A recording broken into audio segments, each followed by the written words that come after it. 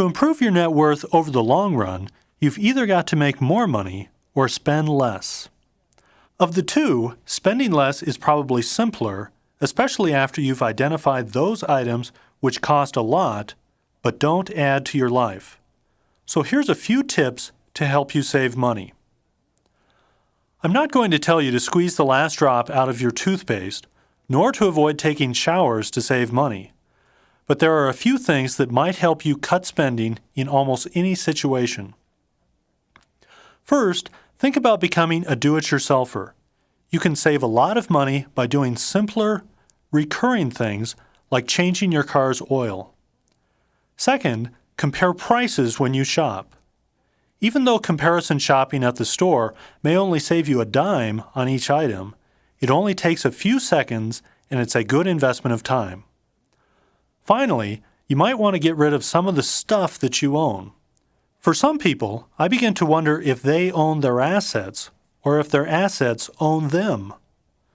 When you consider the initial cost of buying something and then throw in the insurance, taxes, and maintenance costs of owning things like big houses, boats, or expensive cars, you have to wonder if it's worth it.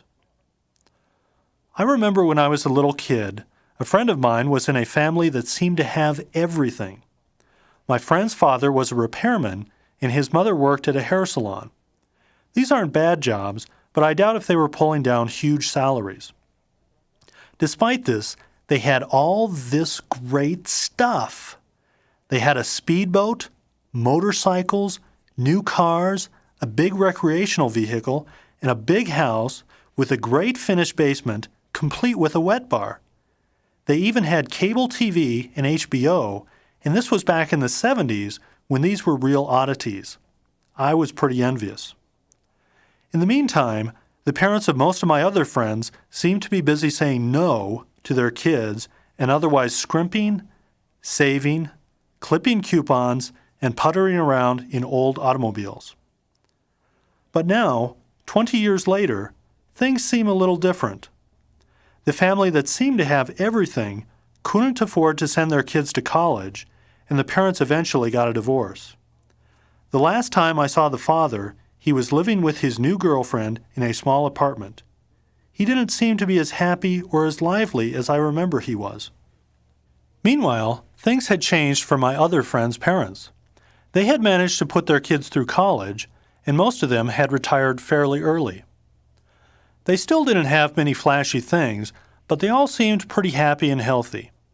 In fact, it seemed like some of the biggest troubles they were experiencing was deciding which continent they should visit this year or which golf course they should play at. Maybe there's a lesson here. Instead of working like a dog to buy a lot of toys which you think will bring you happiness, maybe you should just save money for later and spend some time with your spouse and kids. Anyway, it's something to think about.